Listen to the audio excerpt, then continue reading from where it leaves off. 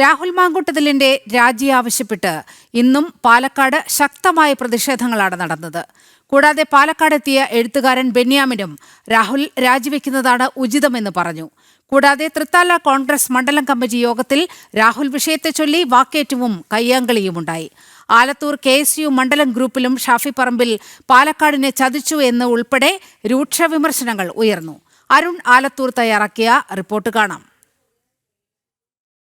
രാഹുൽ മാങ്കൂട്ടത്തിലിന്റെ രാജി ആവശ്യപ്പെട്ട് ഇന്നും പാലക്കാട് വലിയ പ്രതിഷേധങ്ങൾ തന്നെയാണ് നടന്നത്. മഹിളാ മോർച്ച പ്രവർത്തകരായിരുന്നു ഇന്ന് നഗരത്തിൽ പ്രതിഷേധിച്ചത്.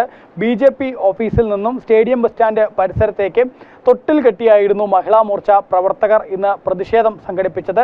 അതേസമയം തന്നെ ജില്ലയിലേക്ക് എത്തിയ എഴുത്തുകാരനായ ബെന്യാമിനും ഈ രാഹുൽ മാങ്കൂട്ടത്തിൽ രാജിവെക്കുന്നതാണ് ഉചിതം എന്നുള്ള അഭിപ്രായവുമായി രംഗത്തെത്തി. ഇങ്ങനെ കടിച്ചു തൂങ്ങുന്നത് ശരിയല്ല എന്നുൾപ്പെടെയായിരുന്നു അദ്ദേഹം പറഞ്ഞത്.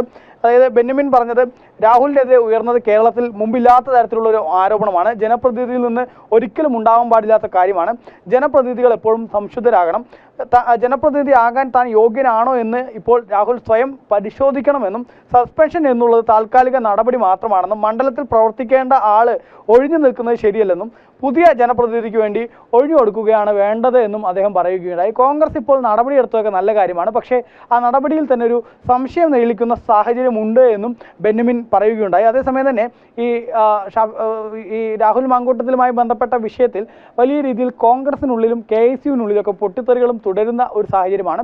പാലക്കാട് തന്നെ തൃത്താലയിലെ കോൺഗ്രസിന്റെ മണ്ഡലം കമ്മിറ്റി യോഗത്തിൽ രാഹുലുമായി ബന്ധപ്പെട്ട വിഷയം ചർച്ചയാവുകയും തുടർന്ന് അത് വാക്കേറ്റത്തിലും പിന്നീട് കയ്യാങ്കളിയിലും വരെ എത്തുന്ന ഒരു സാഹചര്യമുണ്ടായി. പ്രധാനമായിട്ടും ഷാഫി പറമ്പിലിനെതിരെ ആയിരുന്നു ഒരു വിഭാഗം ഇതിൽ ആരോപണവുമായി രംഗത്തെത്തിയത്. ഷാഫി പാലക്കാട് രാഹുലിനെ കൊണ്ടുവന്നു, പാലക്കാടിനെ ഷാഫി ചതിച്ചു, അതുപോലെ തന്നെ ഗർഭമാണ് പാലക്കാടിന് കിട്ടിയത്, പാലക്കാട്ടെ യൂത്ത് കോൺഗ്രസ് നേതാവ് ഉൾപ്പെടെ ഇത്തരത്തിലുള്ള അശ്ലീല മെസ്സേജുകൾ ഗ്രൂപ്പിൽ അയക്കുന്നത് പോലുള്ള സംഭവങ്ങൾ മുമ്പും ഉണ്ടായിട്ടുണ്ട് എന്നുൾപ്പെടെയുള്ള വിമർശനങ്ങളായിരുന്നു ഈ മണ്ഡലം കമ്മിറ്റി യോഗത്തിലുണ്ടായത്. അതുപോലെ തന്നെ KSUവിൻ്റെ ആലത്തൂർ മണ്ഡലം ഗ്രൂപ്പിലും വലിയ രീതിയിലുള്ള തമ്മിലടി നടക്കുകയായിരുന്നു.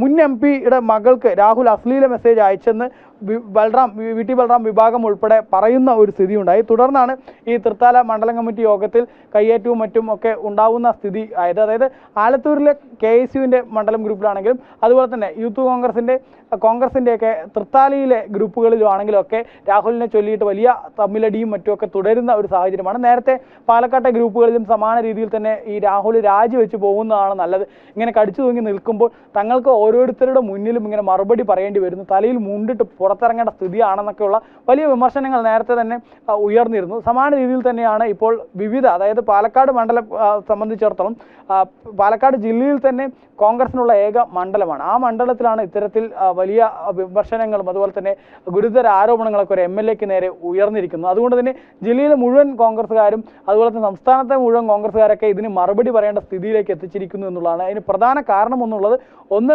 ഷാഫി ഈ രാഹുൽ മാങ്കൂട്ടത്തിലിനെ കെട്ടിയെഴുന്നള്ളിച്ച് ഇവിടെ കൊണ്ടുവന്ന് അവസാനം പാലക്കാടിനെ തന്നെ ചതിക്കുന്ന ഒരു സ്ഥിതി ഉണ്ടായി എന്നുൾപ്പെടെയുള്ള വിമർശനങ്ങളാണ് ഉയർന്നിരിക്കുന്നത്. ഏതായാലും ഈ രാഹുലിനെ ചൊല്ലി ഒരു ഭാഗത്ത് കോൺഗ്രസിനകത്ത് വലിയ പൊട്ടിത്തെറികൾ തുടരുന്നു, മറുവശത്ത് പ്രതിഷേധങ്ങളും ശക്തമാവുന്ന സ്ഥിതിയാണ്. രാഹുലിൻ്റെ ഓഫീസിനെ ഇന്നും വലിയ പോലീസ് കാവലൊക്കെ ഏർപ്പെടുത്തിയിട്ടുണ്ട്. തുടർച്ചയായി 7 ദിവസമായി രാഹുൽ അദ്ദേഹത്തിൻ്റെ വസതിയിൽ തന്നെ തുടരുകയാണ്. പാലക്കാട്ടേക്ക് എത്തിയിട്ടില്ല, പാലക്കാട് കാലുകുത്താൻ അനുവദിക്കില്ല എന്നുള്ള ശക്തമായ നിലപാടിലാണ് യുവമോർച്ചയും DYFI ഉൾപ്പെടെയുള്ള പാർട്ടികളും.